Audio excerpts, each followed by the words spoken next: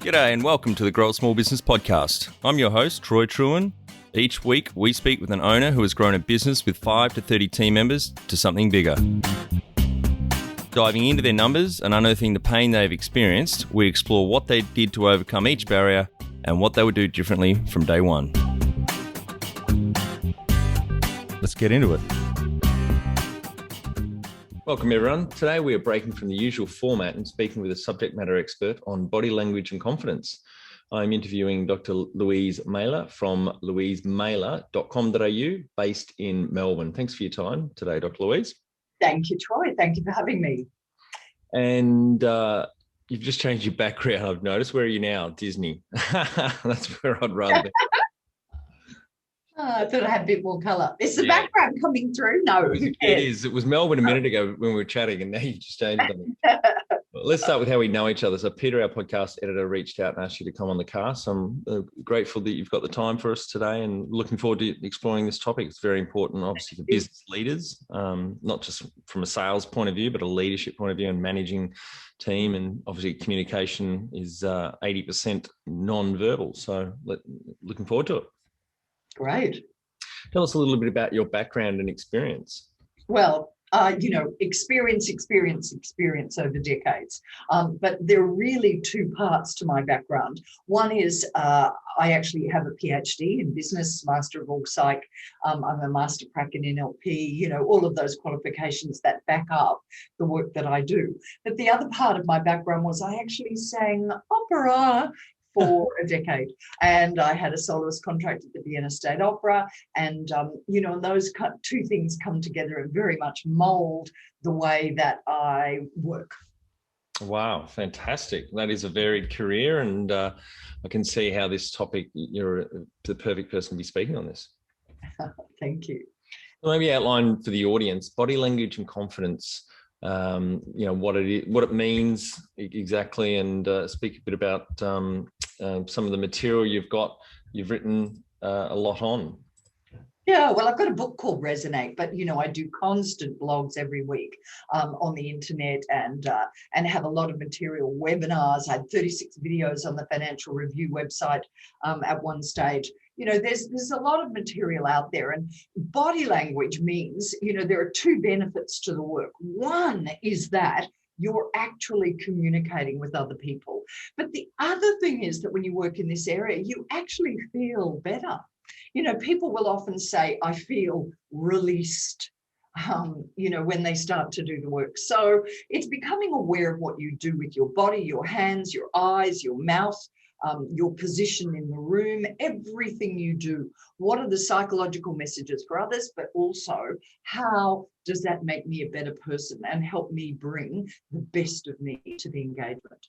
Yeah, and I expect for the audience, some that may have to do public speaking, this would be of particular interest to, but also, as I said before, just general communication within your team. It's very, very powerful.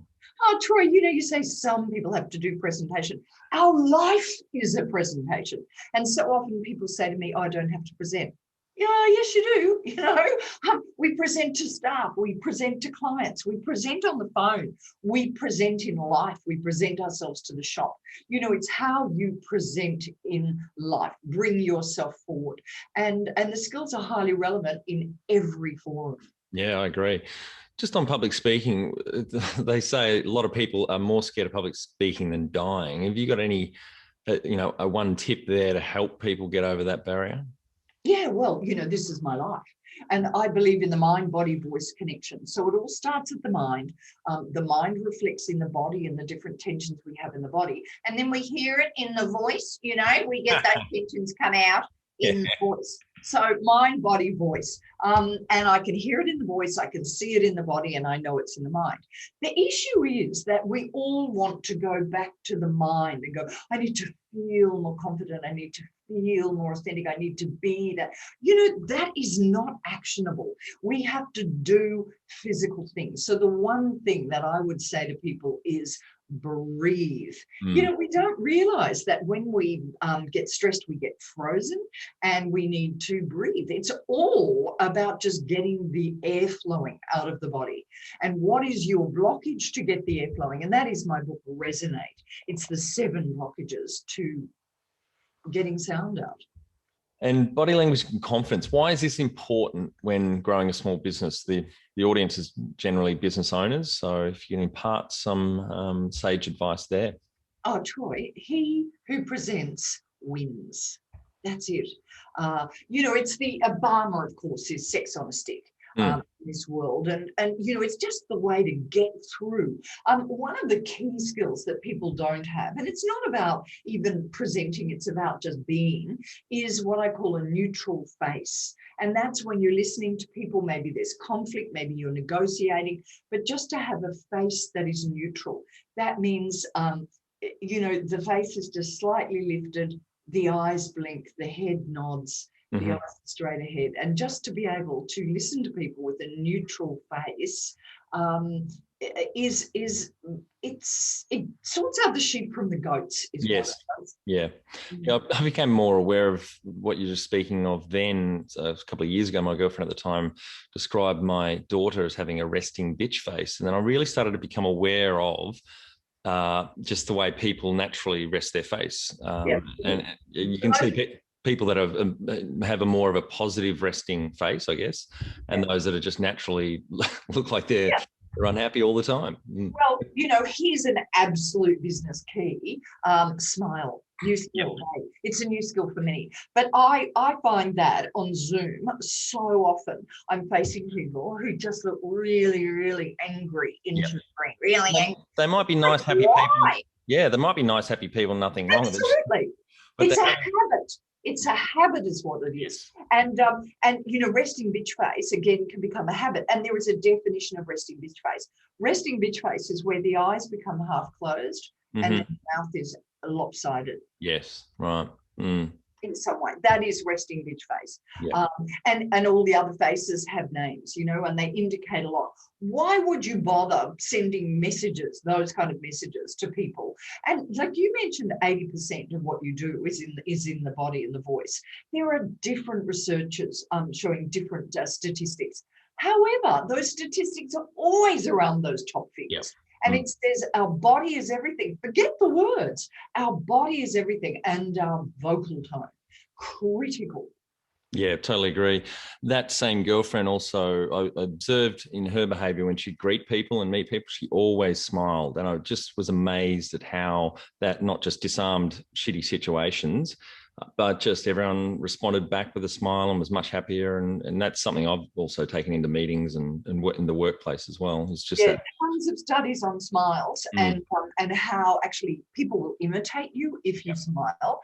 But it's also good for you. It also releases your face. But actually, research shows that when you smile, you actually open your throat, which means that if you're stressed, you're not going to go, "Hello, Troy, how are you?" You're going to, "Hello, Troy, how?" It keeps your throat open. And these are the skills you learn through voice. And then since then, I've looked at it in terms of research the larynx, and there's actually parts above the vocal folds called the false vocal folds, and they retract into the lining of the throat when you smile. Now, then it becomes which muscles do you use for smile? Because there are 18 different types of smile.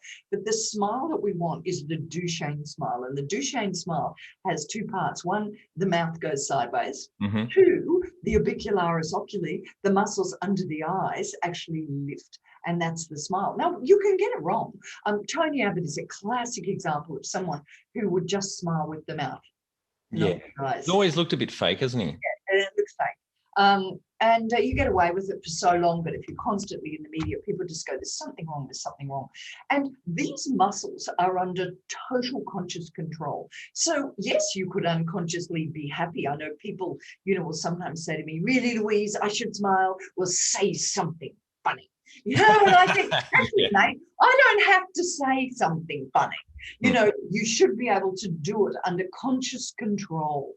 I taught an international CEO how to smile when there was a crisis, and they, had to do media. And it's not just smiling, it's releasing the face and just holding it in that neutral position rather than looking angry and tightening the jaw and the lips. That would have been quite tricky if it was a traumatic situation he was trying to handle. You don't want to come off smug or yeah. But imagine you're on TV and you're saying to me, Louise, are you responsible for these deaths in your organization? And I'm doing this because this is what this person wants to do. Yeah, that doesn't look very... with my mouth sealed tight. Yeah, no, I want the mouth released. And the trick to get your mouth released is very simple. We just don't teach it. It's to press your tongue to the top of your palate. Press the tongue to the top of your palate, and that will release the mouth. And it will release the mouth. And sometimes the teeth just slightly show. And that's a neutral mouth. So a lot of this it's part of being a professional, the communication side of things, the body language is habit and training. So if you're going into an important, or particularly into an important presentation or public speaking, media, etc., a lot of people would just maybe draft up some copy and think that's good enough. But if 80% of communication is nonverbal, as well as working on the words, it is how you actually project and present yourself.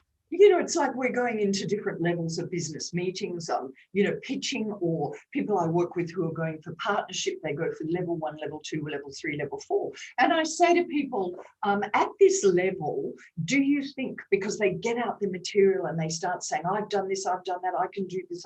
And I'm like, do you think at this level 4 interview or this final stage of a pitch that they're interested in your qualifications? No. They're interested in, do I like you? Yes. Can I work with you? All the rest is proven. So often we're trying to prove our content, prove our background, where it's us they want. It's about you. And we miss the point. And do you have some examples of how powerful this is for small business owners in their realm?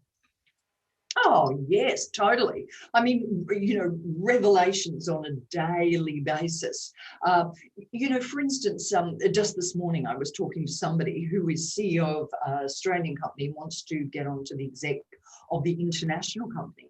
And they're speaking to me. They're sideways on the screen, not in a power position.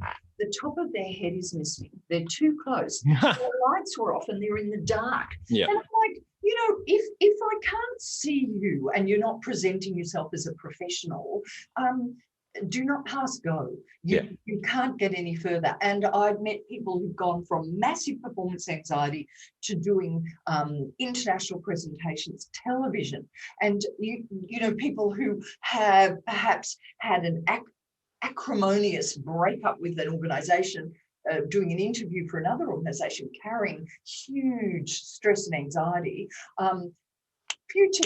Just a few tips, bang, they're in.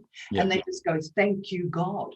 I've even had people who've completely broken down and are on stress leave, can barely talk with the stress of it. And we've rebuilt, got the new position, built that up. This is the answer, this work. Can I keep talking? Yes. In so many of the programs that we have, that we see, women in leadership, even in America, in the major universities, I look at the curriculum and it will say how to build networks, how to manage your time, how to do this, how to do that. And yet people who come to me are going, I know all that. I know all that. Yep. What I want to do is I want to be seen, I want to be heard, I want to be taken seriously. And how we actually do that is not saying have more confidence, be more authentic. That is useless. There are specific things we need to do. Find it hard to define a clear strategy, then communicate it and execute it alongside the rest of your team? Or you currently don't work a simple quarterly strategic plan to boost your team's performance? Our Business Growth Formula online course is perfect for small business owners with 5 to 30 team members wanting to grow. We share the mindsets, habits and tools to be a legendary leader in your business. growsmallbusiness.com. And one thing you think small business owners do really poorly in this area? Oh, they don't think about it. You know, for instance, people have gone home in their virtual environment and they're communicating with clients from home, and they haven't thought about their background, their image, where they sit, what they're wearing, what their lighting is. And everybody thinks they're going back to work and back to face-to-face next week, so it doesn't matter. Yeah, maybe, but I think virtual is going to be part of our life. So, you know, start thinking about who you are, what's your brand, how you come across. Just wake up, Australia. And professional development resources you'd recommend to help business owners out get better at both body language and communication? Yeah, well, there's the question. You know, when I did my Ph.D, it wasn't a literature review. It was a lack of literature review. There are so few practical tips, and you know, a little knowledge is a dangerous thing in this world. So you really need, watching the videos doesn't get you changed. You need somebody to give you direct feedback. So, you know, I run masterclasses internationally with people where we actually have to work over, but, you know, get a coach in this area, find somebody who knows what they're doing. Yep. Any books though you'd recommend? Was it Dr. Alan Pease? I think was late 70s, early 80s. Yeah, well, Alan did the book on body language that has been published all over the world and you know, hugely famous. Now that is the area of perception. Body language is the perception of others. You know, that's fascinating. But what's more fascinating is what are you doing to bring your whole self? So it's more from a personal development perspective rather than pandering to the perception of others. I'll show you how that works. Sure. People will often perceive one as speaking too fast. I hear that a lot. People will say, oh, I'm told I speak too fast. Well, then what you do, because that's the perception, is that you speak more slowly. But you know what? That doesn't work, because you start to speak more slowly. That'll last about 5 seconds before you go back to your old patterns. So what we have to do is look at your pattern of breath and the fact that you are not breathing. What are people hearing? But what are you doing to get that perception and then change, which is usually the diaphragm's jammed. So body language doesn't give us those tips on what to do. A book that I very much recommend is a book called Wisdom of Psychopaths. Was it Kevin Dutton wrote that? Kevin Dutton, The Wisdom of Psychopaths, because a lot of these skills that we learn are actually the skills of the psychopath. Eye contact. Psychopaths will give you eye contact. What we need to do is soften the eyes by blinking and having movement with the nod. But they're psychopathic skills. Wow, that is fascinating. Yeah. Okay, we're on to our final few questions. What do you think is the hardest thing when it comes to body language and confidence?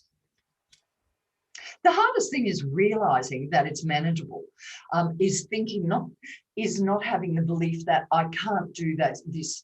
I get nervous. I've had a stressful situation.